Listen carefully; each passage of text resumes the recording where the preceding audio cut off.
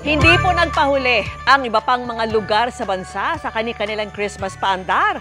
Sa Malabon, inaabangan na ang pagpapailaw sa mga Christmas display. At nakatutok live doon si Rafi Tima. Rafi!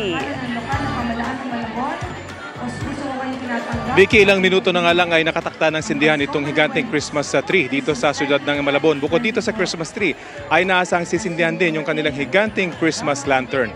Samantala, nagsimula na rin ang selebrasyon sa iba't ibang bahagi ng Pilipinas.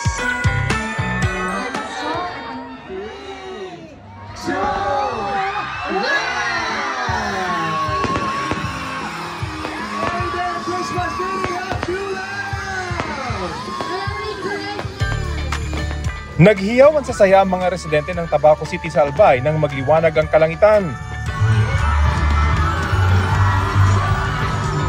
Bukas na sa publiko ang Christmas attraction na talaga namang out of this world. Cosmic Wonderland kasi ang tema, kaya ang Christmas tree, pinalamutian ng mga planeta at iba pang celestial objects. Pwede rin magpa-picture sa life-size astronaut display at may spaceship pa. Pero kahit may unique touch ang mga dekorasyon, hindi pa rin mawawala ang higanteng Belen. May Santa Claus din na namimigay ng candy sa mga bata. Kakaiba rin ang pamaskong paandar ng mga taga-Bulan, Sorsogon dahil not 1, not 2, but 12 Christmas trees ang pinailawan. Sa Bataan naman, pinailawan na rin ang Plaza Mayor de Balanga kung saan tampok ang makulay na Tunnel of Lights.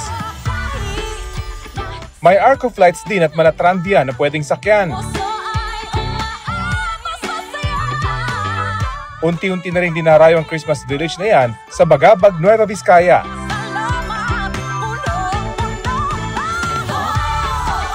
Tad-tad ng makukulay na ilaw ang paligid na lalong angat ang ganda sa mga kuha mula sa himpapawid.